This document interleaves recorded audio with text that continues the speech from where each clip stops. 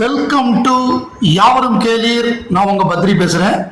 அட்லி அடுத்த படம் என்ன பண்ண போறாரு அப்படின்னு 2-3 தகவல்கள் வந்துகிட்டு இருக்கு. ஒன்னு அல்லு அர்ஜுனை வச்சு பண்ண போறாரு, அவங்க மீட் பண்ணாங்கிற மாதிரி ஒரு தகவல் சொல்றாங்க. இன்னொன்னு உலகநாயகன் கமல்ஹாசன், ஷாருக் கான், அட்லி 3 பேரும் இணைய போறாங்க அப்படிங்கிற மாதிரி தகவல்களும் வந்துகிட்டு இருக்கு. இதுல எது கன்ஃபார்ம் அப்படின்னு அபிஷியலா தெரியல. சில பேர் என்ன சொல்றாங்கன்னா, அவரே இந்த மாதிரி செய்திகளை திட்டமிட்டு அட்லியே பரப்புறாரு அப்படிங்கிற மாதிரி சொல்றாங்க. பட் இதுல ஒரு அப்டேட் என்னன்னா, கமல், ஷாருக் கான், அட்லி ராஜ்கமலுக்கு படம் பண்ண கூட கூப்பிட்டதாகவும் ஒரு தகவல் வருது. பட் அட்லி, கமல், ஷாருக் கான் அப்படிங்கிறப்ப ஏற்கனவே பல படங்கள், அட்லியுடைய பல படங்களை கமல் துவக்கி வச்சிருக்காரு. அவருடைய ராஜா ராணி அவர் தான் துவக்கி வச்சாரு. அதோட 100வது நாள் விழாக்கு அவர் வந்தாரு. இப்ப சமீபத்தில் ஜவான் படத்துடைய ஆடியோ லான்ச்ல அவர் அமெரிக்கால இருந்தாலும் காணொலி மூலமாக பேசினார், வீடியோ மூலமா அவங்க ஆடியன்ஸ் கிட்ட பேசினாரு. ஷாருக் கானுக்கும் அட்லிக்கும் வாழ்த்து சொன்னாரு. அவர் பேசுறப்ப கூட அட்லி தலைவர் கமலுக்கு நன்றி அப்படின்னு சொல்லி அவர் பேசினாரு. ஸோ இதெல்லாம் வச்சு பார்க்குறப்ப இவங்களுக்குள்ள ஒரு பாண்ட் இருக்கு. இல்லைன்னா ஒரு ஷாருக் கான் படத்துக்கு இவர் எதுக்கு பேசணும் அப்படிங்கிற மாதிரி ஒரு கேள்வி வருது. ஸோ சன் பிக்சர்ஸ், கமல்ஹாசன், ஷாருக் கான் இணையக்கூடிய படமாக இது இருக்கலாம் அப்படின்னு சொல்றாங்க.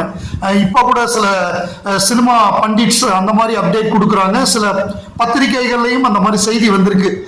அதாவது Kamal Haasan joining for Atlee Shahrukh Khan movie அப்படிங்கிற மாதிரிலாம் தகவல் வந்திருக்கு. இப்படி ஒன்று நடந்ததுன்னா அது ரொம்ப சந்தோஷம். நடிகர் திலகம் சிவாஜி கணேசன் குடும்பமும் உலகநாயகன் அவங்களுடைய நட்பு, அவங்களுடைய பந்தம் அப்படிங்கிறது அது தந்தை மகன் உறவு போன்றது. அந்த அன்னை இல்லத்துடைய மூத்த மகன் அப்படின்னு நம்ம கமல் சாரை பிரபுலாம் சொல்லுவாங்க, பிரபு ராம்குமார்லாம். ஸோ நம்ம நடிகர் திலகத்துடைய இளைய திலகம் பிரபு அவர்களுக்கு இன்னைக்கு பிறந்த நாள். இளைய திலகம் பிரபு அவர்களுக்கு பிறந்த நாள் வாழ்த்துக்கள். பிரபு உலகநாயகன் கமல்ஹாசனோட சேர்ந்து நடித்த படங்கள், வெற்றி விழா, வசூல் ராஜா மாதிரியான படங்கள்ல சேர்ந்து நடிச்சிருக்காரு. அதை தவிர அவங்களுக்குள்ள நட்பு அது நீண்ட காலமான நட்பு. ராம்குமார் ஒரு பேட்டியில என்ன சொல்லியிருக்காருன்னா, தமிழ் சினிமாலேயே, திரையுலகத்திலேயே நாங்க தான் பெரிய ஹோஸ்ட் அப்படின்னு சொல்லுவாங்க, நாங்க விருந்தோம்பல் பண்ணுவோம் கூப்பிட்டு எல்லாரையும். அதே மாதிரி அண்ணன் கமல் மிகப்பெரிய ஹோஸ்ட். அவர் கூப்பிட்டு எங்களுக்கெல்லாம் விருந்து கொடுக்கறதும் அவரை மாதிரி பண்ண முடியாது. எங்க 2 பேருக்கு ஒரே மாதிரியான டேஸ்ட், எனக்கு என்ன பிடிக்கணும் அவருக்கு தெரியும். அந்த மாதிரி நான் பிரபுலாம் போய் அவரோட உட்காந்து சாப்பிட்றதெல்லாம் அவ்வளோ சூப்பரா இருக்கும். பிரியாணிலாம் தேக்ஸாவா சாப்பிடுவாங்களாம், அவ்வளவு சாப்பிடுவாங்களாம். அந்த மாதிரி பிரபு, ராம்குமார், கமல்லாம் அந்த மாதிரி நட்பு.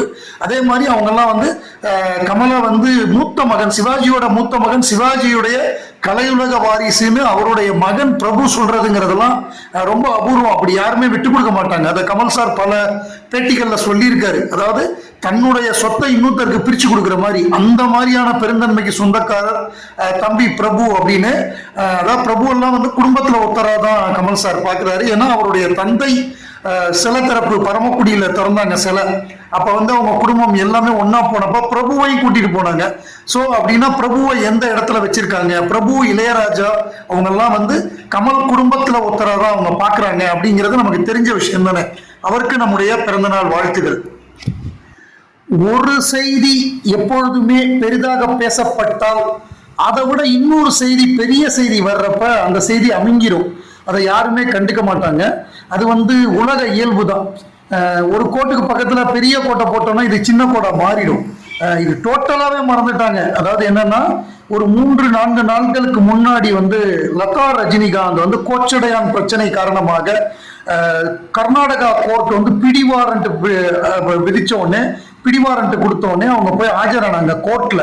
அது ஒரு மோசடி வழக்கு, 6.5 கோடி ரூபாய் நம்ம பணம் கொடுக்க வேண்டிய மோசடி வழக்கு. அந்த வழக்குல போய் அவங்க ஆஜராகி தலையில முக்காடு போட்டுட்டு போய், முக்காடுல தானே அது ட்ரெண்ட் ஆகி, அதுக்கப்புறம் அவங்க பத்திரிகையாளர்களை சந்திச்சு அவங்க பல கதைகளை சொன்னாங்க. அது 10 வருடங்களுக்கு மேலாக நடக்கக்கூடிய ஒரு கேஸ். இப்ப வேற வழி இல்லாமல் பிடிவாரண்ட் போட்டதுனால போயிருக்காங்க. ஸோ அது என்னன்னா, அந்த படம் நடந்து கொண்டிருந்த நேரத்துல அவர் உடல்நிலை சரியில்லாம இருந்தாரு. உடல்நிலை சரியில்லாம இருந்தா கூட அவருடைய உருவத்தை வச்சு பணமாக்கணும் அப்படிங்கிறதுக்காக தான் அந்த படத்தோட ஐடியாவே வந்தது. அது ரஜினியோட ஃபேஸ், அதாவது மோஷன் கேப்சர் டெக்னாலஜி. ரஜினி நடிக்காம வேற ஒருத்தரை வச்சு இது பண்ணி அவரோட ஃபேஸை மட்டும் பண்ணி அந்த படம் எடுத்தாங்க.